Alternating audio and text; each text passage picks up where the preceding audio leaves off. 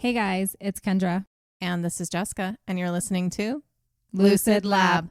This is week 3 of our reruns, and I am coming back to my very first true crime. And it's a good one. It's a very interesting one, and it kind of tied into what we were trying to do when you and I originally came together, which was talking about dreams and all of that stuff. Yes. And it involves a man who murdered a woman sleepwalking. Or so he says. Up to your opinion. Right. But it is an interesting story, and we hope you enjoy it. And I don't know what I believe still. I don't either. It'll be good to listen through it again. Maybe my mind will change.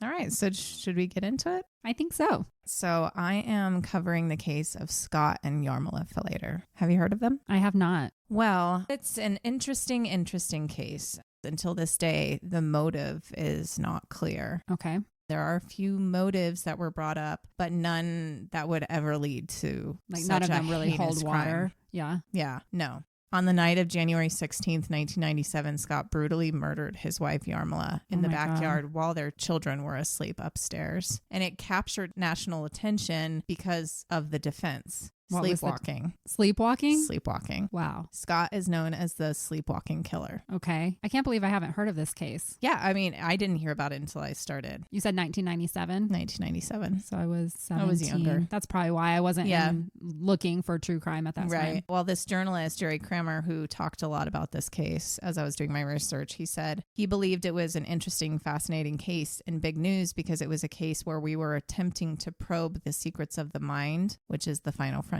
of science, while also seeking to probe the secrets of a family because we still don't know why this happened. I mean, nobody knows what happens behind closed doors. Yep. So let's get into it. Scott Louis Falater was born September 14th, 1955 in Miami Beach, Florida. He was the eldest of 5 children in a Catholic family. He was described as a very studious, introverted child. His father was a personal manager and his mother was a nurse. I couldn't find much on his parents' relationship and his family growing up, but nothing that would lead you to think there's a possibility he's going to be a really bad guy in the future. So no big trauma. No, seems like a pretty normal upbringing. Yeah. Yarmila was born Yarmila Marie Kleskin on February 5th, 1955 in Berwyn, Illinois in Cook County. She was also raised Catholic. Sadly, other than several comments about Yarmila, I couldn't find much on her life growing up before she met Scott. I wanted to bring more of her to the story, but because of the sensation of her husband's defense, there was just very little written about her in general and who she was as a person. Unfortunately, that happens in so many true crime cases where they focus on the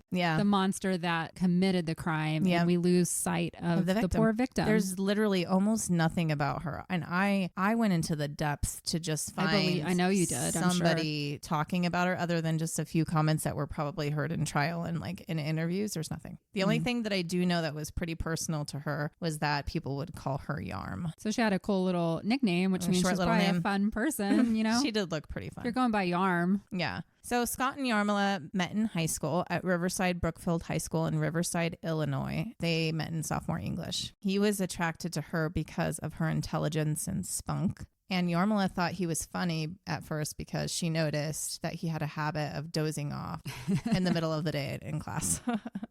She thought it was endearing, I guess. Until he sleepwalks later. I know. But they were enamored with each other and earned the title of cutest couple. Aww. And they were named the couple most likely to get married by classmates. Scott's sister, Laura, later said, if any two people were meant for each other from the very beginning, it was those two. Yarmila was the only person Scott had ever dated in his entire life. He had only been with her. His mom said in an interview that Scott was never much of a kid that went out on dates, but he saw Yarmila in school and he decided that's the one he liked. So he asked her to go out, and that was his first date, and he never went out with anyone else after that. He chose her and wanted to be with her, and she did the same. It seems so sweet. Like, you don't hear these kind of stories that often. I guess in the 50s, it made sense. Yeah. Sounds like my parents. They were born around the same time. Well, back then, people stayed together forever, regardless of any, issues in marriage. So, and you didn't talk about the issues either. There you go. It wasn't on display. Nobody was as open of talking about their stuff as we are. And you didn't get divorced. You kept your dirty laundry to yourself. So who knows? Yep. So they both went to college after high school. They went to different colleges, and he studied electrical engineering and she studied medical radiology, parasitology, and hematology. Smart lady. She went at it. Yeah. Fuck yeah. They decided to get married, but a couple of months before getting married, Scott ran into a couple of Mormon missionaries, and both Scott and Yarmila converted to Mormonism with the Church of Jesus Christ and Latter-day Saints. That's a big change. I don't know. From Catholic? I think that you would find that that's a very common conversion. Yeah. Yeah. And I think it has to do with something about the afterlife. At first, Yarmila wasn't sold on converting, but they visited the temple in Salt Lake City and they listened to someone speaking about eternal matrimony or the sealing. Okay. Which means that the marriage doesn't end once you die. You continue to be with your husband or your wife in heaven. So if that is what convinced her, she was obviously madly in love with this guy. Yeah, right. They decided that's something that they wanted to do. So they took the classes and they were baptized and they're now Mormon. They married in 1976 when Scott was 20 and Yarmila was 21, and they were later sealed at the temple in Washington, D.C. I think all the Mormon temples are so beautiful. Yeah, they're pretty ethereal. They are. They always stand out. Yep.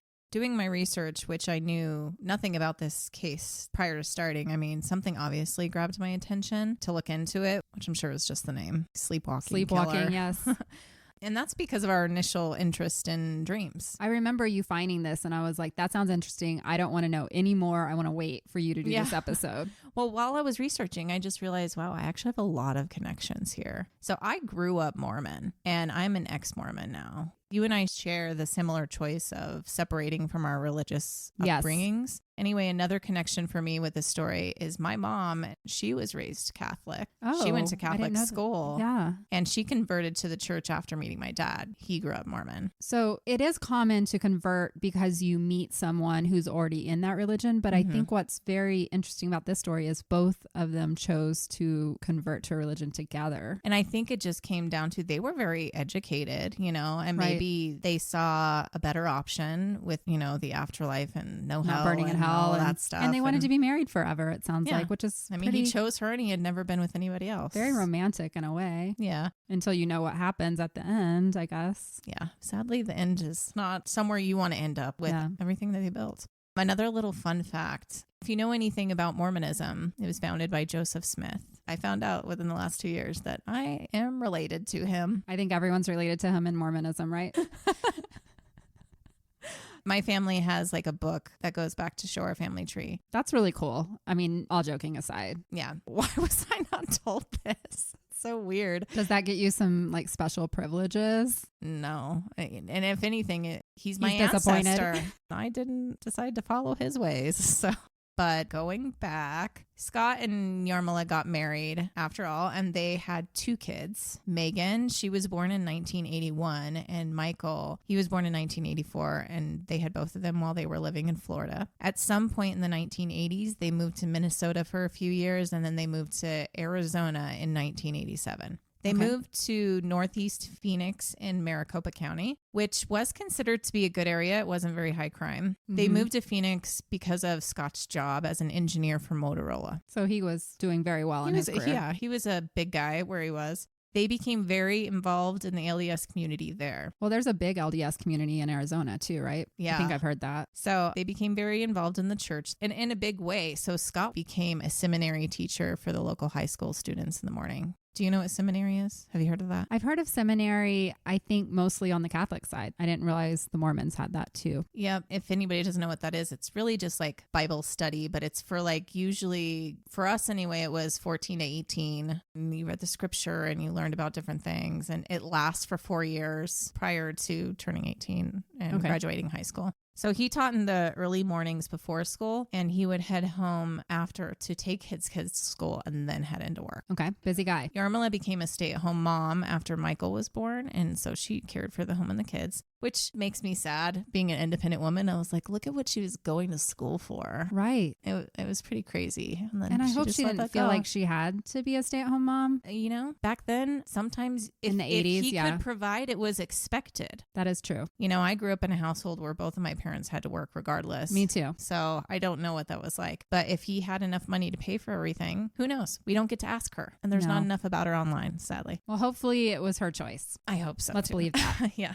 So now let's get to the night of the crime. On the night of January 16th, 1997, Scott and Yarmila were 41 at the time. Megan was 15 and their son Michael was 12. Okay. It was a typical morning for the family. Scott taught seminary in the morning and then he came home to take the kids to school. He worked a full day at his job and then he came home to have dinner with Yarmila and their kids. Before dinner, Yarmila asked him to go work on the pool pump in the backyard because she was afraid that the water was going to turn green. Okay. So he worked on it for a little bit, but he was called in for dinner. At dinner, he discussed work. He was really stressed with the possible cancellation of a chip project that he was heading, which would mean all of his staff would be laid off. And so that's stressful. It was really weighing on him. Yeah. From what it seemed, he was a really good boss too. Lavana Mullins, she testified that she had never had a better boss than Falater. Okay. If she had to name the top 5 bosses she had, Scott would be 1, 2, 3, 4, and 5. Wow. So There's nobody who comes close to his attitude and the way he treated people. But it's hard. I feel like compassion doesn't mean super nice. I don't know. True. I feel like it's a fine line. So you never really know where the psychosis comes out of people. Right. You could just never know somebody. And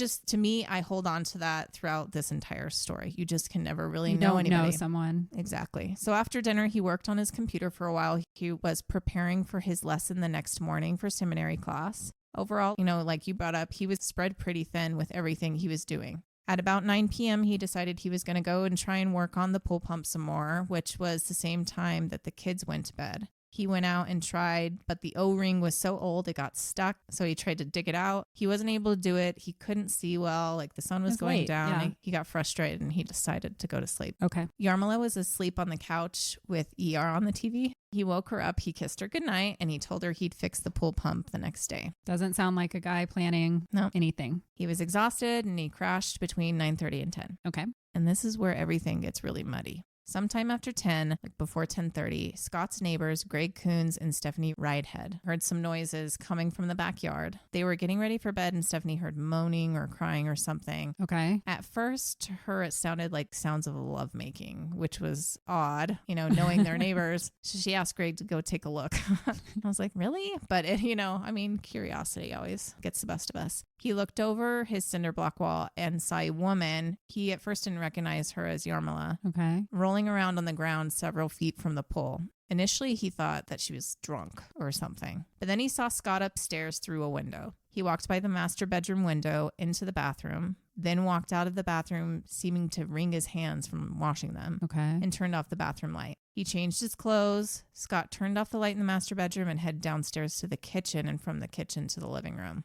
Their dog, a golden retriever, was barking at the glass patio door to the backyard. Like to go out? Just barking at the glass. Scott silenced the dog and walked outside to Yarmila. He saw Falater stand over the body for a few minutes and then returned to the house. Whoa, that's fucked up. 3 or 4 minutes later, Falater returned to the body, at this time wearing one canvas glove and putting another on his other hand. Falater stepped over his wife, dragged her to the pool, stepped around her, and pushed her in. What? At first, he thought maybe he was just trying to wake her up. The whole, like, if she's drunk, let me splash water in her face type of thing. So let me throw you in the pool? Like a really messed up way to wake someone up. But then he saw Scott reach in and hold her head underwater. Oh, my God. So it was at this point that Greg realized what was happening. He ran to call the police. Yeah. He made his first of 2 911 calls at 10:57 p.m. and recanted what he saw. While he was on the phone, he watched Scott leave Yarmila in the pool and headed back inside and back upstairs. Like completely fucked up. Like I don't even know. I don't know how I would process that if I looked out and saw that in my backyard. So the police arrived and found Yarmila in the pool. They tried to assess her first and pull her out and realized the deep red water around her and knew that something was really, really wrong. One of the Phoenix officers who arrived at the scene, Joel Tranter, upon seeing her said, quote, "I've never seen a shark attack in person, but to me it was reminiscent of a shark attack." Then they saw Scott upstairs through the window walking around. Just wandering around. Just like his neighbor had seen. The patio door was partially open, so they went inside and they met Scott at the stairs. One cop said he seemed confused, while another one said he just seemed out of breath. Okay. Now I would be both. Like if cops were in my house, not only would I be confused, but I think I would stop breathing. So I don't think any of those really mean anything to me. Right. But he's probably surprised to see cops that quickly. Yeah. Maybe. But here's the thing, like we're going to get into it. He was at the top of the stairs in a crisp white shirt and red flannel PJ bottoms asking, "What's going on? What are you doing in my house? Why are you here?" Okay. And the cops just kept yelling, "Show me your hands, get on the ground." They had a gun on him. Okay. Scott laid down and he was handcuffed. He was put in a car while his neighbors came out to see what was going on. He was asked how many people were in the house. He said 4, which would include his wife and the 2 kids who were upstairs asleep in their rooms. They swept the house and found the children asleep. Obviously, his wife was not one of the 4 he mentions being in the house. No. Michael, the son, remembers being woken up by a police officer telling him that his parents had a fight, a disagreement. He thought that was really odd because he had never... didn't hear anything probably. Well, and he had never seen his parents fight or argue, ever. Okay. They went out the front door, and then him and his sister were approached by another police officer, and they told them that during the argument, their mother had died. Wow. And then the cop just walked away.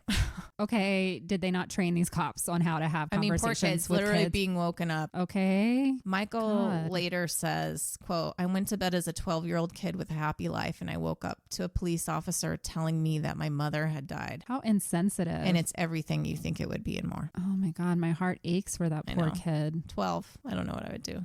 Now, from Scott's account, all he remembers is going to bed and waking up to police sirens and dogs barking. He says, quote, I heard dogs going crazy and I heard all the voices came down and you guys were all over me. God.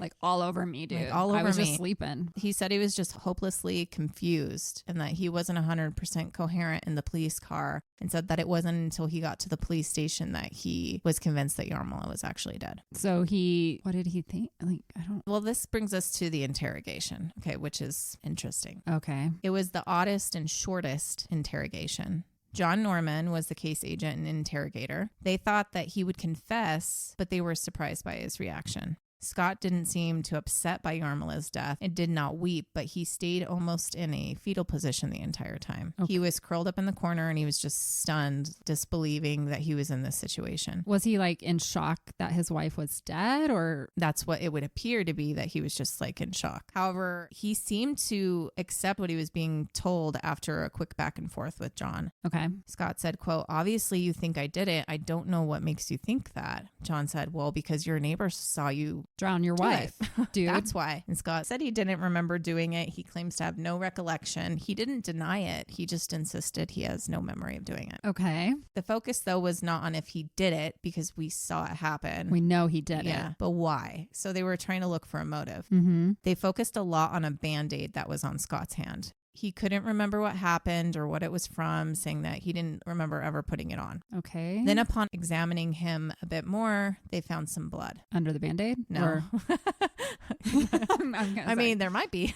Probably. So John says, how'd you get that blood on you? Scott said, what blood? The blood all over your neck there. Oh, so Scott fills his neck. This is all on video. Fills his neck and he's like, I'm sorry, I didn't know there was blood on me. And John just laughed because he's just thinking to himself, you just didn't take a good enough shower.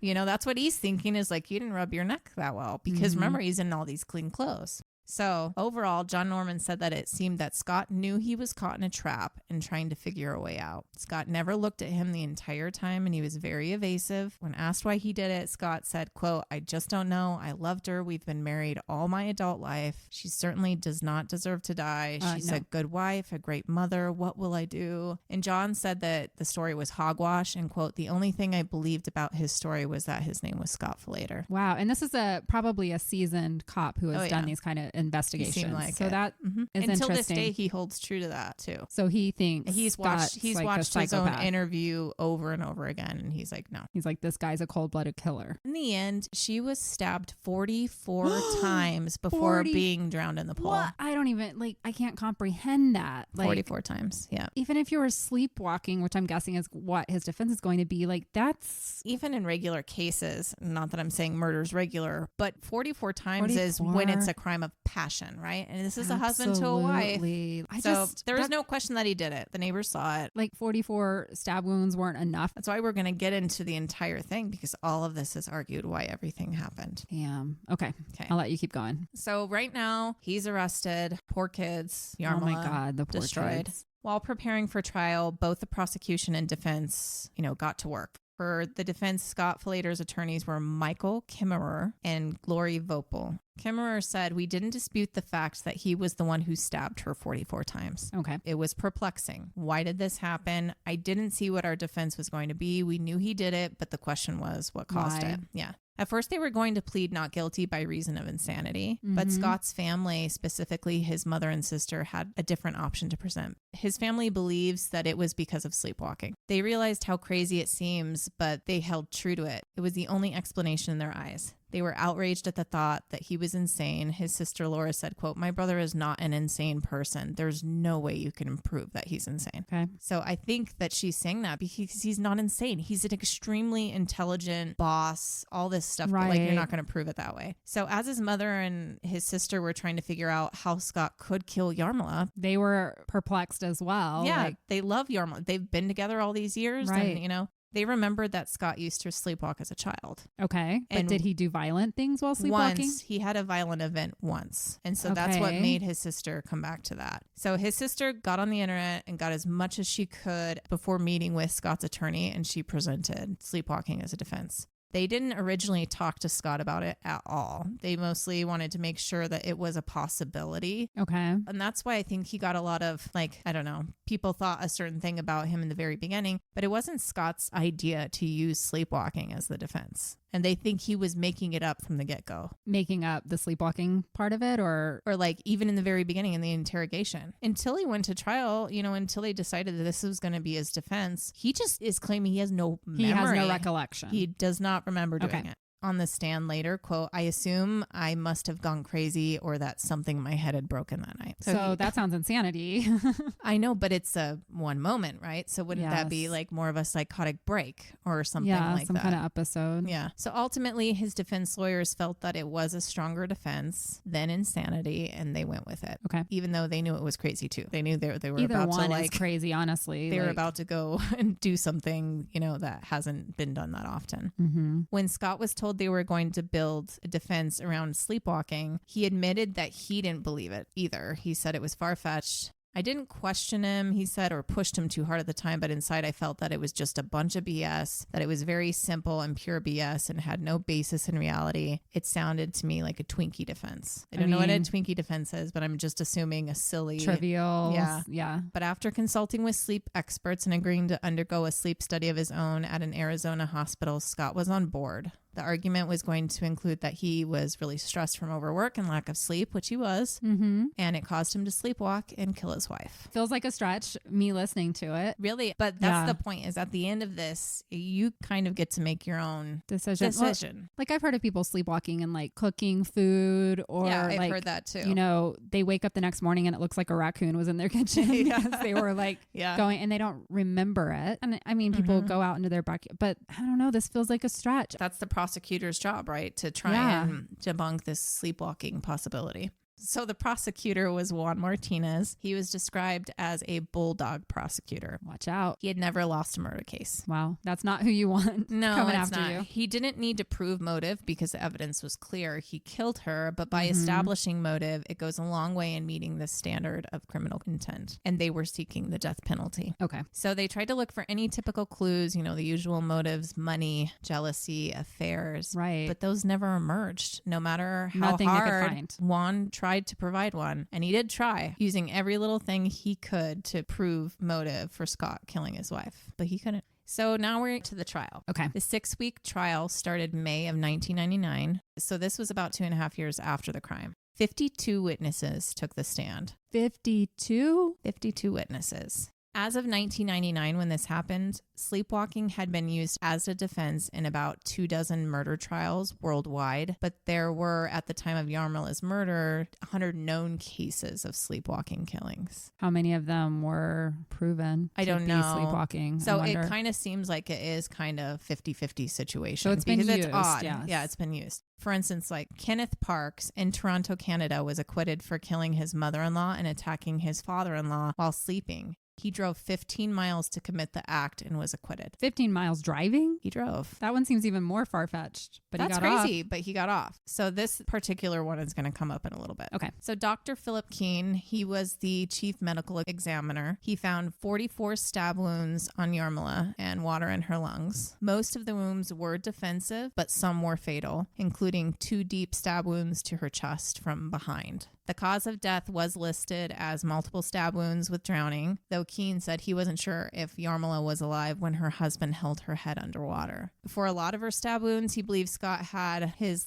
left arm wrapped around the front of her and was covering her mouth so that she couldn't scream, and then used his right hand to do all the stabbing. So there was thought put into this. He was... Yeah, that would assume thought to... Yeah, he's thinking he doesn't want the neighbors to hear. I mean, because all they heard was moaning. Right. And he came up from behind her, held her, and stabbed 44 her. times. Maybe he did it inside and then she... There's nothing inside. Everything was outside. True, the blood. Yeah. The main question became, was he or was he not sleepwalking? If he was, then legally he wouldn't be responsible. Okay. So before arguing that, let's look into the facts of what Scott was doing during the murder of his wife, the timeline, and what was found. Upon searching the home and garage, police found a plastic Tupperware container, like one of those large cereal containers. It had a hunting knife covered in blood, his bloody clothes, jeans, a shirt and socks, gloves and boots, a mouthpiece. A mouthpiece? And it was in a black plastic trash bag deposited into the wheel well of his Volvo hatchback under the compartment top.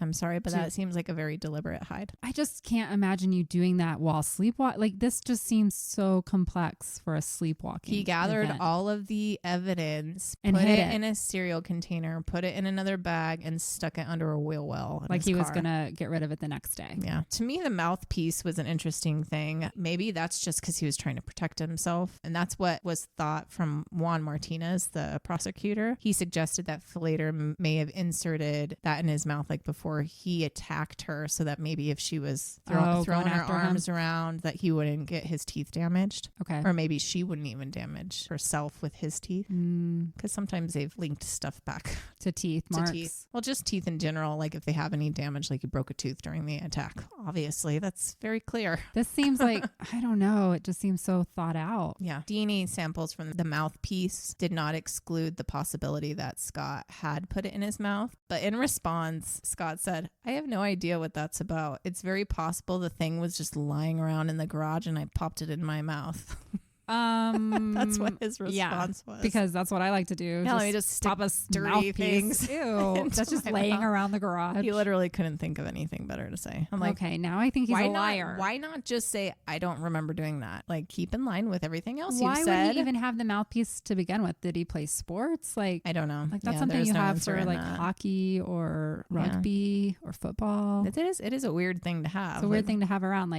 Where did he purchase it? How long did he have it? I wonder if his son did something and maybe it was his son's. I don't know. Yeah, I guess we don't know that one. That's a weird, very odd. Okay, so all of that stuff, to me, that's proof that he remembers everything. Yeah. Not only that, he showered. He washed his hands a separate time. He bandaged his hand, and he changed his clothes at least twice that they know of. Once after the stabbing and another time after he drowned her. Do people shower while sleepwalking? I could see a shower happening. Wouldn't that wake you up? I'm going to get to something about that, actually. Let's go back to Scott's sister and mother. When police questioned Scott's sister, Laura, she said that he had a history of sleepwalking and was once attacked by Scott years ago when they were growing up in Illinois. Okay. She attempted to interrupt Scott as he was sleepwalking through the house. He was startled by the interruption. He threw her across the room. He was about 20 years old when this happened. He was going through finals in college, and it was about a month or two before he was actually about to get married to Yarmila. Okay. And he was really, really stressed out. He was sleep deprived. She said, quote, "He went to bed early that night and I stayed up. I was watching the Tonight Show. He came down and walked out kind of behind me. And I said,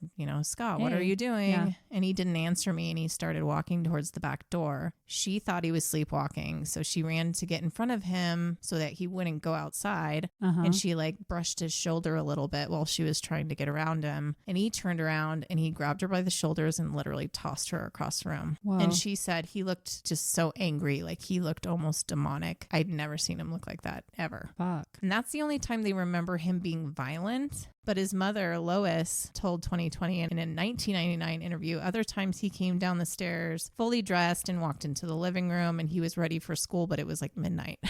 Okay. And she said, and then there was this one time he came down the stairs and he was probably 15 or 16 and he was absolutely naked. And you'd ask him about these things the next day and he would have no idea of how it happened or what happened. And they said it usually happened when he was under a lot of stress. And when Scott was asked about these particular things that they brought up, he's like, I still have no memory of any of those situations. Okay. So after about a year of being incarcerated waiting for the trial, he agreed to undergo a sleep study. Scott was monitored for 4 nights at the Sleep Disorders Service and Research Center in Arizona. They used a polysomnograph to analyze his brain activity during sleep. The results showed hypersynchronous delta waves. Okay. This is a symptom sometimes associated with people who sleepwalk, where there are interruptions in the phases of sleep right before the dreaming stage. So people who sleep normally move from one stage of sleep into the next seamlessly without fully waking. Okay. But for reasons not entirely clear, sleepwalkers cannot successfully transition from deep sleep into the dreaming stages of sleep. They get into this disassociated stage of sleep. It's not normal wakefulness and it's not completely asleep. It's this mixture of both. Part of the brain is functioning as if it's awake and part of the brain is not.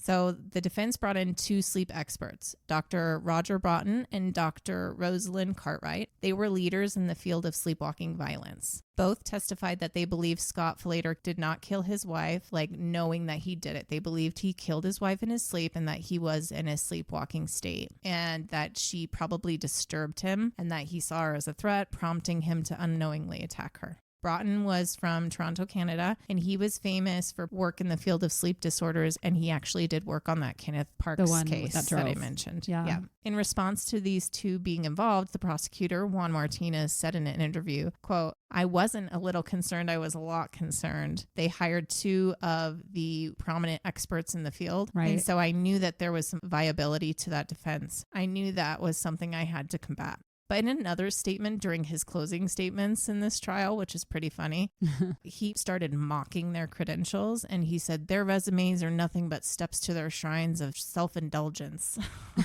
And I'm like, okay, calm down, dude. Okay, like, that's just rude. But Dr. Broughton said, quote, Scott's actions were not logical for someone who was awake, basically saying that he would not have had left so much evidence. Or blood on his neck. Yeah. Like he wouldn't have left that evidence in the back of a car, a pool of blood. She was still in it and pretend to come upon her the next morning when clearly the house was going to be searched for evidence. Right. So he's saying logically with like how smart Scott is, this doesn't make sense. That was part of his reasoning.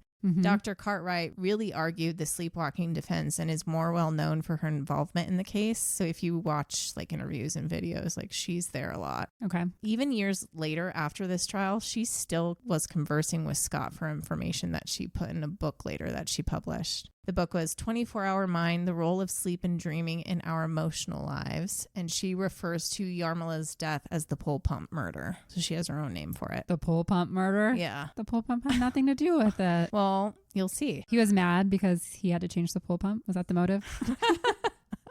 Maybe. He's like, why are you nagging stress? Me? But anyway, in jail, Scott sent her dream material for 9 years while he was incarcerated. Okay. So to me, Cartwright is just a little bit biased. But anyway, let's see what she had to say. Like she had a soft spot for Scott. Yeah. Yeah. So Dr. Cartwright believes that Scott went to bed with the unfinished pool repair still on his mind, and while asleep, got up to finish the job. He put on his clothes, grabbed a flashlight, and brought a knife outside to cut a plastic ring on the pool pipe. When Yarmila went outside to see what he was doing, she startled him, just as his sister had did many years ago, and it prompted the attack. She said that there is no doubt that sleepwalking occurs, although it is rare. She gave several violent examples of her patients over the years, such as carving up living room furniture with a butcher knife, jumping out of a window, punching through a plate glass door, kicking in a garage door, and attacking someone, which is typically the closest person to them. Okay. She said, quote, Scott's case is really about as pure a case as you can find. A pure case, a sleepwalking violence case in its purest form. But why would he have a mouth guard to change a pool pump? Exactly. There's too many things going on. Yeah. But she said sleepwalkers start out to do something related to a stressful event prior to the episode of sleepwalking. If they are stopped, they have a fight or flight reaction. Okay. They do attack, and with viciousness and extraordinary strength. research shows that sleepwalkers are not capable of facial recognition, which is why they sometimes attack people that they know. Stress and sleep deprivation are both major contributors to sleepwalking. And then she says, all of these cases are full of contradictions. They kill somebody they love. They're very hard to understand. The contradictions about his tidiness and untidiness, they were both there. I mean, he left the body floating in the pool and then he tidies up his clothes, and that makes absolutely no sense. You can't approach it with a sense of logic, and neither can he, poor soul. So like, so she feels sorry for this guy. Yeah, that's the thing, is like a lot of her quotes like kind of made me shiver. Like, I don't know why. Like, I can't explain it. It's like she was a fan or something. I was about to say, is she one of those girls that was like fangirling the guy in prison? But the way she talks, almost like she's like at the same time excusing the actions of a psychotic serial killer because they can't help themselves because they're psychotic. And she's weird. Like feeling more sorry for Scott than poor fucking Yarmila, like who's dead and floating in a pool. She had more compassion for him than the act that had happened. That's, yeah. So overall, the two experts cited Falater's family history of sleepwalking, job stress, and lack of sleep as reasons for his lethal actions. But lots of people have stress and lack of sleep. Not all of us sleepwalk. Yeah, I guess I don't. I do know of people that like have to like lock themselves down on their bed, like because they'll do things. But I'm sure that those are the type of people who do it to protect themselves, right? Themselves and the people that they love. But if Scott was known to sleepwalk, I don't want to ruin anything, but I wonder, did his kids ever see him sleepwalk? Like, yeah, I never. You would think this would be something that everyone would know. It's so odd that only the mom and the sister saw it when he was younger, but nobody else in the whole family. There is one part later, and I don't know if I included it actually. So if I do, I'll be repeating it later. But that a friend of Yarmila's does remember having a conversation with her about Scott's sleepwalking. Okay. I would just think, that the family, it would be very well known. You know, if I was growing up and my dad was sleepwalking all the time, it would kind of be be like a joke, like, oh, exactly. Can't have friends over because dad might sleepwalk naked. That'd be a little jolting for some 9-year-old girls. I'm very glad I don't have sleepwalking issue. And if you do, I'm sorry. That seems really would be hard. Really scary to like be doing something completely out of your control. I mean, some people like start doing really constructive good things for their lives, like cleaning their house. Yeah. If I'm going to sleepwalk, let it be that. Let it be something I'm not going to remember, but like is positive the next day for me. You just wake up and you're like, wow. But I wonder if like you probably don't feel like you slept. I wouldn't think so. Your body's working all night. Yeah. Doing something. And you're awake. A zombie. You're a zombie. In a way. Yeah. All right, so let's get into what the prosecution prepared. They started with taking a closer look at the facts and how all of what happened was not possible from a person who was sleepwalking. Prosecutors had a strong case seeking the death penalty, and they did a good job of using science to prove their case and believe that Scott tried to make it appear that the murder of his wife was the work of an unknown assailant, conveniently after the children had gone to bed. Now that's interesting theory. They suggested that Scott lured Yarmila out to the pool, stabbed her 44 times. He then went upstairs, cleaned up, changed his clothes, put the clothes and a knife in his car, bandaged his hand, came down and quieted the dog and went outside to her, but then noticed she was still breathing. And so that's why he went back and got more gloves and dragged her over to the pool and drowned her. I mean, that seems plausible. And he probably, perhaps he was interrupted by the cops and he still had more to do, right? Well, technically at that point she was dead and now he was going to sleep, right? So the prosecutors believe that his original plan was to go back to bed and allow the children to find their mother. Oh, because he wanted, okay, I'm sorry. Day. I'm slow. Yeah. He wanted to then act like he woke up and was like, oh my God, someone my had wife's done this and we were all pool. sleeping. Yeah. So more specifically, they thought he would wake up, notice she was gone, wake up the kids, and all three of them would go outside kind of looking for her mom because she wasn't in the house, and then find her floating in the pool, slain by an unknown intruder. The crux is that Scott did not predict his neighbor seeing the whole thing happen. I think that's what I was trying to say, is that he had to come up with a different story. Yep, and that's why he seemed so shocked and stunned in the interrogation, because he's like, well, fuck, crap. So there is one thing that I noticed when I was doing this research, because I just said that, his neighbor saw the whole thing. Well, his neighbor didn't see the whole thing. He just saw the drowning part. But yeah. I've heard a couple other people saying, well, yeah, the neighbor saw him stab her. No, there was nothing that I found. Like, he didn't even see blood from what I could tell. From they just him saw looking her over in the dark. Kind of laying and like moaning and he thought she was drunk. A little bit. Isn't that what he said? He thought she was drunk. So the prosecution also believed that he may have known about the Toronto case and may have known about the sleepwalking defense, and that, because he had proof of a sleepwalking history, that maybe Scott planned to use this sleepwalking defense as a backup plan. But from the accounts of like his sister and his mother and his defense lawyer, that's not true, because Scott wasn't even the one that came up with this. It was them, and then they brought it to Scott. Yeah. Even if he had known about it, it wasn't why. Premeditated. Right. It wasn't a premeditated defense. Prosecutors hired their own sleep expert, Dr. Mark Pressman, to analyze Scott's behavior on the night of the murder, specifically to see if there was evidence that Scott may have been sleepwalking. He disputed the significance of the original sleep test results. He didn't find the results to be very impressive at all, actually, and argued that those kind of waves can be found regularly with patients who have sleep apnea. Okay. And with nearly 40 million sleep apneics in the U.S. as of 1997, he felt that it was not specific enough data to suggest that he was sleepwalking. Mm-hmm. So during the prosecution, Dr. Pressman listed 64 behaviors Scott exhibited during the commission of the crime that were inconsistent with sleepwalking. I like this. Let's hear more about that. Again, all the other sources, and maybe it's just because they wanted to round up, say 65, but in an actual testimony and interview that I saw, he says 64. So he's very specific. Like right now, I'm trying to, listen to everything, but I feel like I'm siding with the prosecution right now. I don't know. I mean, that's just our science brains. Right. But at the end, I think still to this day, nobody knows. You can kind of argue all both sides. Yeah. I don't know. So some of them included touching the cold water alone would have been enough to wake him up, kind of like you mentioned. That's the what shower. I said about the shower. Yeah. And the reason why I didn't talk about it then is because I was reading different stories from sleepwalkers. One girl, she was talking about how she had an episode of sleepwalking and she woke up in a river. Now that's a full body of water, and she was all the way in there doing some stuff before she woke up. So that's the one that they said, and I was like, well, we're all different people. Maybe even for sleepwalkers, there are different things that are not going to wake them up. Maybe there are not as many consistencies that they're saying that there are. Right. But they said the sounds of her screaming and the dog barking would have also woke him up. I don't know. A sleepwalker can't create new memories during an episode. Scott's recognition of the need to conceal bloody evidence meant that he knew what he was doing all along. Oh. Scott said that he went to bed with his contact lenses in, then apparently got up, got dressed, took a flashlight outside. Dr. Pressman said true sleepwalkers can't distinguish day from night. Oh, so that suggests that he knew it was chilly outside and it was dark outside, and both of those pieces of information are something that no sleepwalker that I've heard of would actually know or be aware of. Interesting. But if you go back to what Dr. Cartwright said, that was the last thing he was doing. So maybe, I don't think he had a flashlight before because he went to bed because the daylight was going away. Okay. So he did grab a flashlight. He knew it was dark outside, that he needed a flashlight. So anyway, Dr. Pressman finished by saying, quote, "I think all of the evidence says he was awake, and all of the evidence says his behaviors were far too complicated to be sleepwalking.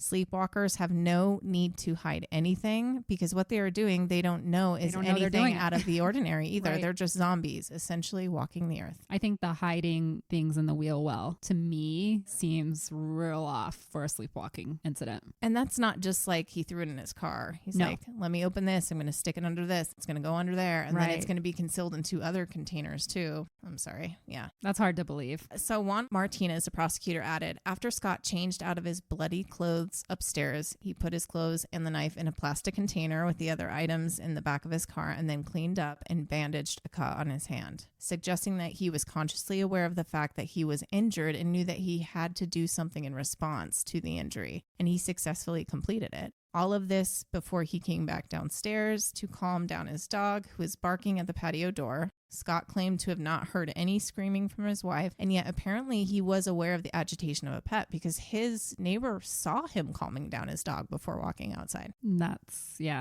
suspicious as well. And so he said an individual who is sleepwalking does not know that the dog is there because remember, facial, that would include a dog. Yep. So for him to have quieted the dog meant that he was awake. In response to these allegations, Dr. Cartwright, who was for the defense, argued that she doesn't believe he was quieting the dog, but responding to the dog jumping on him. But that should have, I would think, if, his sister touching him. Like, why didn't he kill the dog Why didn't he throw the dog because this across is a dog, the room? like jumping. That's what I'm saying. Like, his sister touched him and he threw her across the room. You'd think he would have kicked the dog. Dr. Cartwright said she doesn't believe his auditory system was functioning, but that he was responding to the physical interaction of the dog. She also suggests that he didn't immediately go over to Yarmila's body on the ground by the pool before drowning, but may have stumbled over her while sleepwalking. because the neighbor said that Scott was standing over a body and looked kind of glazed. Why would he have gone back out? Like he supposedly fixed the pool pump. Why would he have gone back inside and then come back out? Even in a sleepwalking state, like that doesn't make sense. That's the point. It's the repeated things. Yeah. But Cartwright, because I'm going to give her time in court, said him coming across her and looking at her, he looked at her as more of an object that was in his way. And she's arguing that that's why he rolled her over to the pool to like remove his object. He didn't move the dog that was in his way. I think in the end, she's just grasping. Yeah. Because, you know, based on the neighbor's statement, this was the second time that he came out. Didn't just like roll her over into a pool to get her out of the way. He then held her head underwater. Held her under until he knew she was dead. This is what ultimately gets everything in the end because of the second act of violence. The only way that sleep experts think that violence can happen with the sleepwalker is that somebody physically confronts them and gets in their way. That's clearly impossible on the second incidence of violence because she's on the ground and she can't move. She's bleeding to death. She's near death. She didn't get up. She didn't like get in his way. She didn't grab him or try to stop him or anything. No, and he put his hand trying in to stay away from him. Yeah. Because of this second act of violence of drowning her in the pool, which that in and of itself is beyond what most sleepwalking people would do. That's what really got him, other than the hiding of evidence. He came out, he saw her, he went back and he put gloves on before drowning her. Okay, come on. Yeah, we can only like stretch our imagination so far here. However, after all of this that was said, Scott did have an opinion, which I don't think helped him. He said the prosecution had people who are not the best sleepwalking experts. They spoke with excessive certitude, in my opinion, which you would only find in someone who doesn't quite know what they're talking about. Yeah, that's convenient, dude, that you don't think they're experts because they're not on your side. So when looking for motivation to Yarmila's murder, the prosecutors contended that their marriage actually wasn't all hearts and flowers and noted that Yarmila wasn't wearing her wedding ring when the police found her body. To me, that doesn't suggest anything. It's nighttime. They're going to bed. Who cares? No. Investigators found evidence that Yarmila resented the amount of time that Scott was spending on church activities. Yarmila was considering a divorce, they said, and she was apparently feeling worn out by the demands of the church while Scott was fully committed to the church. But there was actually no confirmation of any talks of divorce, and others did corroborate some of her frustrations, but not to like any like extreme extents. Yeah, he's going to kill his wife. Right. Investigators also found evidence that Scott wanted more children and Yarmila did not. Mormon families do typically, have larger families, but Yarmila did not want more than the teenagers that she had. Their kids were 12 and 15. Yeah, they were older That children. Would have been a conversation you think would have come up years ago. Yeah. I mean, I grew up Mormon and I think about it like I'm one of 6. It's expensive to have that many kids. It is. Growing up with that many siblings, it's not easy. No. I love you all. It's great in a lot of ways, I'm sure. Yeah, but as a parent trying to support, and he was they were a single income household. I don't know what his thing was about having more children. I wouldn't even say that it was tied to the Mormon religion, but maybe just him feeling like he always wanted another or something like that. And she didn't. Another thing that he tried to use as a motive, Martinez insisted that Falater believed his wife had committed an unforgivable sin. Okay. And that's why he slaughtered her. He mentioned the phrase unforgivable sin, alleging that Falater had uttered those words during a psychological testing after his arrest. Martinez tried to claim that the unforgivable sin that he was referring to was because Yarmila didn't want to have more children or go to the temple again. Scott says, that's not true. My own salvation is what is gone, and my chance to live with Yarm is gone because of this. So he's talking about the afterlife. He was the one that committed the unforgivable sin. By killing her. Not having more children is not an unforgivable sin. So when he was saying that, it was like him talking to himself, probably. Like he's talking about himself. They were sealed in the temple and he murdered her. But if you murder your wife, you don't get to marry her in the afterlife. Well, that's not like specifically said, but he was questioning that he's now ruined his chance to be with her when he dies. So unfortunately, this argument didn't land very well for Martinez because once Scott explained it, it just made sense. The last motive Martinez tried to present was something that was, to me, both sad and silly to use as a motive for murder. And I felt like, if anything, it kind of just played a joke on Yarmila during this whole thing. And I feel like it was just kind of, I don't know. That's disappointing. A coworker testified that Scott referred to his wife as dumpy. Aww. And Juan tried to use this as a motive, but it didn't really work either because then that coworker somewhat backtracked and said, well, I don't know if he actually said dumpy, but he was saying that Scott was implying something something along the lines that you don't have to have a perfect woman or perfect girl to be a good mother or a good wife. Okay. But if anything, even with what Scott said to that guy, he's not implying that I hate Yarmila and she's gross. Right. He's not saying that. She's a stay-at-home mom. Like, it's almost like he was defending her in a way. Saying that, she's not, because he's calling her a good mother and a good wife. Yeah. So, and Scott did immediately disregard that dumpy comment. That was just another like road they tried to go down. Unless he had another woman he was trying to move on to, and there's no proof of that. They tried to bring up some possibility of an affair, but it never went anywhere. And you would think with this horrendous of a murder, if there was another woman on the side, or even another man, if she had been having an affair, that person probably would have come forward. Yeah, I mean, like, she wasn't just murdered. She was stabbed 44 times. Yeah, you don't let that go if you are having an affair with either side. You're going to come forward, I would think. Yes, but everything the prosecution tried to present as motives for murder didn't hold any weight. So there's no real motive. Who knows what was going on? Evidence of spousal abuse. No one knew them to fight. Family and neighbors never heard them fight. Kids never heard them fight. Overall, even the sleep experts were at odds on how to interpret Scott's behavior. And even Broughton admitted Cartwright and everything that she was saying, she herself kind of proved that they both didn't know all the crucial details, and they didn't know about them until the prosecution started talking about them. Like the second acts, maybe the Band-Aid, like all these other things that weren't brought to their attention before becoming experts for the defense. But, the proof is in the pudding. The motive didn't plan out as hoped, but he's guilty. We know for sure. So now we're just going to get to the witness statements. And this includes Scott himself. 52 witnesses. I'm not going to give 52 that would be witness statements. A long podcast. I'll talk about a few of them, though. Many defense witnesses told the jury what a great guy Scott Falater is and what a great marriage he and Yarmila had.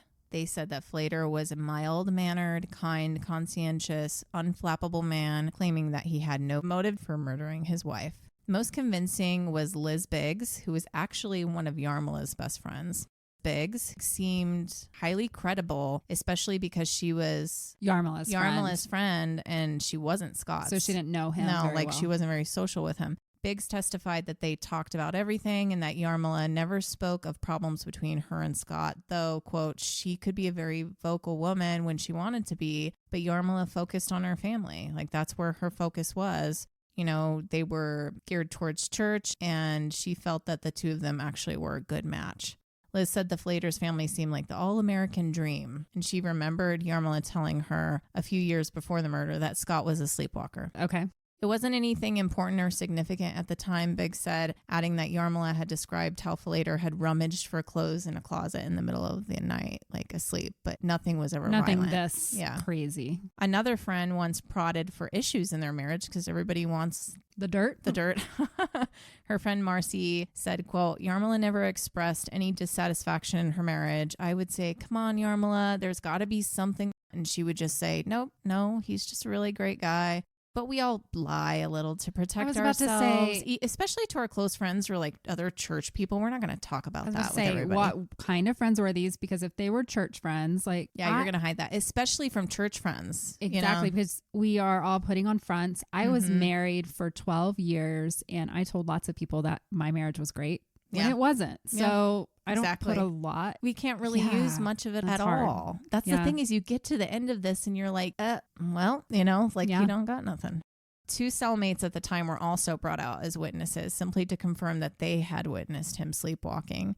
They testified that they heard unusual activity and that they saw him walking in his sleep. He wouldn't respond to their questions or anything like that, but that didn't do anything to help his defense because they're inmates. Yeah. Oh, we don't know. Did they get a deal? No, probably not. But they were just saying, well, we saw him do it. He does it. But the most heart-wrenching statements came from his own children. Oh. His son Michael said, it was just like any other home. We were happy being together and going places together. He said he was close to his mom and dad, said his dad was stressed about work and about a meeting that was coming up in a couple of days, said his mom asked his father to fix the pool pump earlier. He kissed his parents goodnight and he went to bed before 9:30. So normal night. Normal night. He said he had a very good childhood. Quote, I had a father that worked hard and supported the family and a stay-at-home mom who was always there when I came home from school. I never saw my parents argue or fight or yell at each other. It was a very loving home. Michael also said, so I saw this in a video part. He said, I'd like to tell the judge that I love him more than anything else in the world, and I'd like to be with him again sometime. Aww. Trying his dad not to go to jail. Their mom had just died, you know. And you don't hear much from Megan, but she did say that her mom had a really great sense of humor and spoke her mind, and that they were best friends. Aww. Michael was 12 and Megan was 15 when their mother was murdered. At the time of the trial, Michael was 15 and Megan was 17. She was a valedictorian honors student and she was about to go to the University of Chicago that fall. Both children testified that Scott was a great father and they wanted to continue their relationship with him. Yarmila's mother, who was also named Yarmila, told the judge that she wanted her children to have Scott in their lives, but with him in a jail cell. So she wanted him to go. She wanted him to be in jail, but she knew that the relationship with the children was just as important. So I never got anything about like what she thought. It was probably a lot of confusion on her part because she knew their relationship to be one way and she doesn't know why he would kill her daughter. But she knows he did. And that he needs to be held responsible for that. Right. And she probably has some doubts just like we do when we hear this. Confusion. And once again, just like us, she doesn't know what was really going on in that marriage. I mean, my mom and I wouldn't have told my mom things that were going on in my marriage. I think it was a shock when I got divorced to her. So I'm the other way. Know. My mom has probably heard way too many things. But not a lot of people have that kind of relationship with their parents. I would say Yarmila's mom, maybe that's why she was wanting him in jail, even though just to protect them, but then still allow that connection, you know, not to like just completely write them off. Yeah. So anyway, after this, Scott took the stand, and it was actually Scott's testimony that swayed the jurors to believing that he was sleepwalking. Okay. And that he didn't remember what he did. Most of the time when they take the stand, it's not good. It only hurts them. They just hang the rope around their neck. He was pretty convincing, and many of the jurors found themselves believing him. He said things like, she was an excellent mother, really fantastically devoted to the kids. When our second was born, she gave up her career to be a stay-at-home mom. He says, I have no memory of what happened. The one thing I do know is that I loved my wife. I tortured myself 100 times with thoughts of what it must have been for her when she was being attacked by me. It must have been a terrifying, confusing, and painful experience for her. For sure. Yeah. 44 times. Yeah. There's just no way I would have done anything like this to my wife. I would have never envisioned something like this happening to someone like me. Personally, I don't know what I'm going to do without her. But you can regret killing someone after. Oh, yeah, you can regret killing. All kinds of murderers will say stuff like that about their wives after the fact. That is true. But that's where you blend the line from sleepwalking to psychotic. Right. Because think of somebody who can go from killing to being this loving, nice person. They're able to do that. They have those different parts to themselves. Like a schizophrenic. So I don't know. Did they do any kind of toxicology? He wasn't on any kind of medicine? There was medicine brought up a little bit, but it was never anything that would, Nothing like it did not like have any weight. Can make people do crazy stuff. I did read into that, but it was never brought up any more than mentioning that maybe at one point he might have been on it, but I don't think it affected what happened. So in the end, it took the jury 8 hours to convict. It wasn't an easy decision. Their first vote was 8-4. Okay. 8 guilty, 4 not guilty. The main question that they were trying to answer was he sleepwalking? Because remember, we have the death penalty hanging over all of this. They couldn't definitely answer that. But then after more talking, the vote was 10-2. To them, the hunting knife confused them. And the second act of violence is what stopped them from believing any sleepwalking defense. Yeah. Because a hunting knife is not an everyday home thing. Yeah. And he's not a hunter. He's a freaking Motorola guy. Why would he go find that? If he was going to fix the pool pump, as was the defense, right? A hunting knife would probably not be the first tool you go find. That was what they were trying to say. He needed something like that to get the O-ring off. And I'm like, but he literally walks through the kitchen where there's all kinds of other things. Yeah, like I agree with that. Yeah, yeah. I mean, hunting knife that was probably out in the garage, right? Like, where would you keep a hunting knife? So the jury said it defied common sense. It defied their understanding of human behavior. And even though they were willing to listen carefully to the defense experts, they said that strain of credibility just snapped under the pressure of the testimony of the next door neighbor. Simple as that. And on June 25th, 1999, they ultimately found him guilty of murder in the first degree, sentenced to life in prison without the possibility of parole. Okay. So nearly 6 months later, though, is when the actual sentencing was on January 10th, 2000, to determine if Scott was either going to stay in prison or actually receive the death penalty. Okay. A lot of friends and family came to testify against the death penalty, including his children. So noting the children's testimony that the Falaters had a happy marriage that was free of violence, Maricopa County Superior Court Judge Ronald Reinstein declined to impose the death penalty and instead sentenced Scott to life with no possibility of parole. Okay, that's fine. I'm okay with that. Yeah, he's in there. You know, he did the deed. He's not going to come out and cause harm to anybody else on purpose or while sleepwalking. Exactly. So where is everyone now? Yeah. To this day, Michael holds true that he can't see his father killing his mother intentionally. Okay. That is not like my father. He said my father was not a violent person. They never argued. It just doesn't jive with what I remember from my childhood. I had a father who worked hard and supported the family. And, you know, my mom was always there. Michael is actually now an attorney in Las Vegas with 4 children. And in a recent 2020 episode, he said, in the 20 years since I've lost my mom, I think about her every day. I think about what she would be doing with my kids now, what life would have been like and things that I have missed out on. But in speaking about his father, he said, you know, he's still my dad and I hope to always have that relationship with him, whether he's in prison or he's out. There hasn't been any word from Megan to the public in all of these years. It's believed that she may have changed her name and probably has a loving family of her own right now. And, you know, I hope she does, and I don't blame her. I don't blame her. I wouldn't want to be known for that the rest of my life. Her father's murder of her mother was sensationalized and nationally televised for everybody to talk about for years and years. Right when she was in that and right when she was about to go to college. That would be hard. So Megan actually has not gone to visit him in quite some time. She told him that every time she visits, she just feels really bad afterwards. And he actually was the one that encouraged her to move on and have a good life. Okay. And so he said, whether they want to visit me or not, I will go to my grave extremely proud of both of them. And in the same interview that I watched, he was crying and said, I miss them terribly. I love them terribly. And I'm so sorry for what I've done to them. So, but he still visits with his son. Well, Scott said, I cannot swear on a stack of Bibles that I was sleepwalking that night. All I can say is that I do not know what happened. This was in 2021 that he's saying this. Okay. So he's still in prison. So he says, I understand the trauma and the suffering that this whole thing caused, and it's on me. There's no one else I can place the responsibility on. It's on my shoulders, and I accept that, and I have to move on. When asked if he has forgiven himself, he said, oh, no, I doubt I ever will. But when asked if he thinks Yarmila would forgive him, he said, I think about what she had to go through that night and the pain and the terror she has to feel. I can't even fathom it. But I believe she would be willing to be more understanding and forgiving of me than I am of myself right now. Yes. Okay. He says he hopes to be reunited with her in heaven. Eventually, Scott was excommunicated from the church. He does not believe or count on ever being released. He believes he will stay there.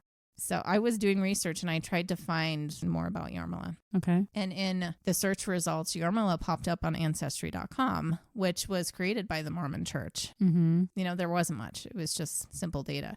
So I was like, oh, I'm going to try and search him. He's not on there anymore. Because they took him out? I'm like, wow, they can take you out of history. Because Ancestry is supposed to be anybody, you know, to search your lineage and everything else. But he's not on there. I mean, that kind of sucks for his kids. They can't trace their... That's what I'm saying. I'm like, it's not supposed to, but maybe because of his specific, you know... transgression. And having been a member of the church at the time. Yeah. Today, Scott Falater is inmate number 148979 in the Yuma Prison Complex, Cibola Unit in San Luis. Aside from one incident in 2004 when he disobeyed an order, Scott has behaved himself in prison. His work assignments have included teacher's aide, tutor, library aide, data entry clerk, and porter. Currently, he is not working. He is in medium custody, which is one of the 4 classifications in the Arizona state prison system and is the lowest level of custody. He has been classified 20 times since 2000 and was determined to present low or lowest internal risk factors. Okay. He said currently he practices meditation, gets plenty of sleep, and that he's gotten letters from other sleepwalkers. He said he encourages anyone with a sleep disorder to get treatment. Okay. You know, but he still doesn't know why he did it, how it happened. This is a tough one. This is a tough one. So I asked my mom if she remembered this case. Okay. Because it's 1997. I was young, but had I just been sitting there, maybe I would have remembered it. I don't know. But they were Mormon. And so I'm like, this was national news too.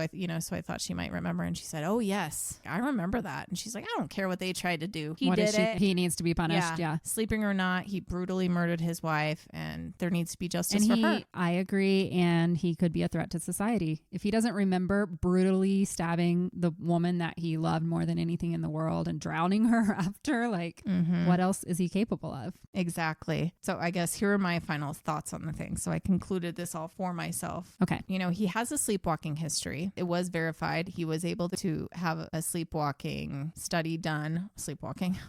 You know what I mean? Study. Yes. He had a sleep study done and he at least was in that range, even though this other sleep expert said, oh, that doesn't mean anything. Everyone's in that range. Exactly. But just like we brought up earlier, there's just things that we're never going to know about someone's relationship. And even though the kids are like, oh, they never fought. Maybe they were good at hiding it. Not aware of everything. Yeah. Even though they were teenagers at that age, and usually can pick up, I guess, more on those types of things that are going to be like that. But I grew up Mormon, and not to bring up Mormonism, like bring it into my parents' relationship. My parents' relationship was not all rainbows. Did you know it? Yeah. At the time of being a teenager, I could tell the unhappiness, but I didn't know any difference because they were married. And I just thought, if you're married, that's just what you do. And it's just part of life. That's kind of how I saw it. There wasn't like abuse or anything, but I'm just like, oh yeah, you get married, you have 6 kids. What is there to be super happy about?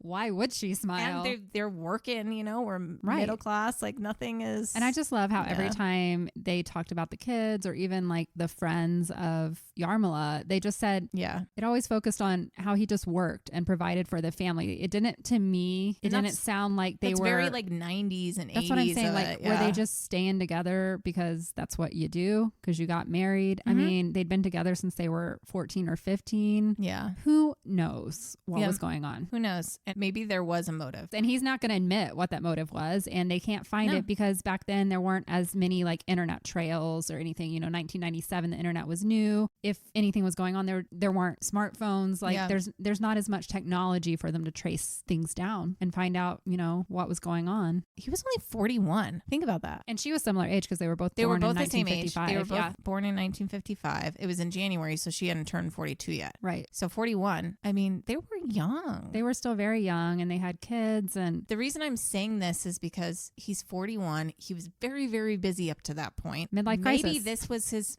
maybe this was his first true act of doing something. Maybe there was something very, very dark within him this entire time. Yeah. And because he got caught, he never got to do it again. We'll never know. True. Maybe this was his first act and he was, harboring something. Maybe he was stalking people on the side and nobody knew. Exactly. That's what I'm saying. You don't fucking know your neighbors. No. You do not. I mean, you think about some of the most famous serial killers out there. A lot of them are described as being upstanding people until you find out that they're brutal murderers or rapists or anything. Like, I don't know. Regardless, I do not believe the sleepwalking. There's just way too much that happened. It was too complex. It was way too complex. And it's really simple. Second act of violence, hiding all the evidence, very tidy, changing your clothes. No, he just didn't realize he was going to get caught by his neighbor looking over. Right. He thought he had till the morning to figure everything out. Yeah.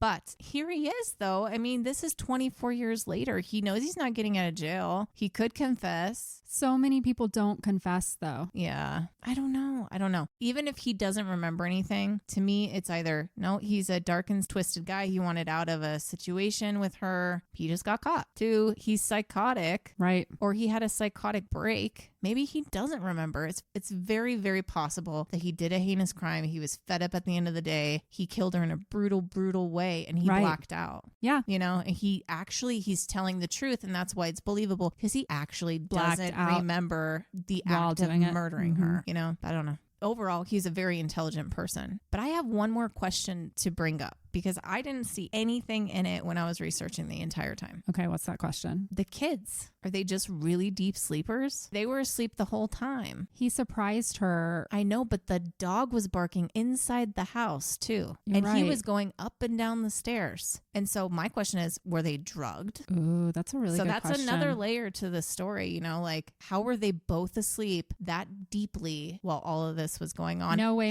They fell asleep at like 9 to 9:30 and this is happening 30 minutes to an hour later. That's when you're in your lighter kind of stages of sleep. So something might have woke them up. So maybe, I don't know, did he slip something in their food at dinner and they both fell asleep? That was never looked into. And Yarmila Wright was laying on the couch. And she was asleep. She could have been drugged too. All he had was blood on him. I never saw anything about scratches or anything. Maybe she fell asleep. He dragged her outside, stabbed her tons. You're right. I feel like there's a lot of holes in the story. There were no defensive wounds towards him. And think about it. If you went out and you surprised your husband sleepwalking and he starts stabbing you, you're going to scream. You're going to fight for your life. And the neighbors, I would think, would hear her because she would have been like, oh my God, what are you doing? Wake up. Before he had a chance to, because the two really big stab wounds were on her back. Yeah. And so they're saying that a lot were moaning, right? But they didn't hear her. And it was enough for a neighbor in another yard to hear moaning.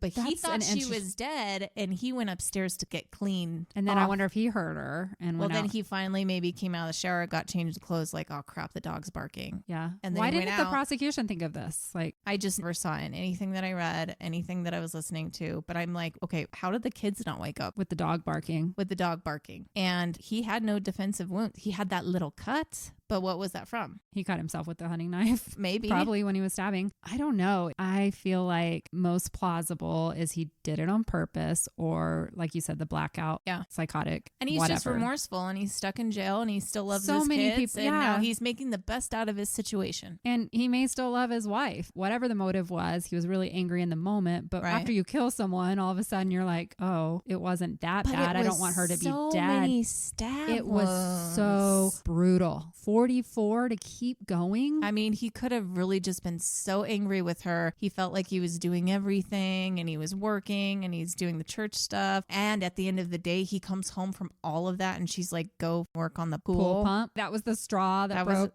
everything. Knew he couldn't do anything about it until the kids were asleep. I mean, people have killed for less, I guess. Yeah. I don't know. I think I'm glad he's in jail. Yep. I think he deserves to be in jail. He definitely killed her. Yeah. There's no question about that. And if he killed her while sleepwalking, I still think he should be locked up somewhere. If it wasn't jail, in a mental institution, whatever. Exactly. If he's going to just go around stabbing people 44 times and drowning them and saying, I don't remember, like, could you imagine? You can't do that. Sorry. Think about his kids. They have kids of their own now. I wouldn't want my parent coming over and hanging out with my kids to be capable of that. So I side with the daughter. I'm glad she's kind of separated herself because she was older when this happened, she is the one looking at it from the side of maybe there's something I don't know. And I love my dad, but I don't know if I can trust him now. And And she was close to her mom too. Yeah. She loved her mom. It's hard to forgive. And she feels like she's doing her mom a disservice to continue having this relationship with him because either way, Yarmila didn't know why she was being murdered. No. To me, he snapped. Whether he remembers it or not, it was something deep within him that caused him to do that. Yep. And he could do it again. Yeah. And he can't be out. Well, this was a really good case. Thank you so much. Like for our first true crime. Yeah. I think you chose a really good one. I had never heard of it and we don't know. And I love that, but we can theorize all day long about sleepwalking if there's anyone with some crazy stories. I'm so glad I'm not one, really. Me too. Life's already too stressful. I would fall down the stairs and break my neck. That's what I think. I'm already too clumsy as it is. I go to bed, I'm covered in bruises. I don't need zombie me doing things too. No, thank you. All right, guys. I hope you enjoyed that episode. It was fun to research it. Thank you so much. Thank you for listening. And in the meantime, stay lucid. Bye. See you later, alligator. Bye. Bye.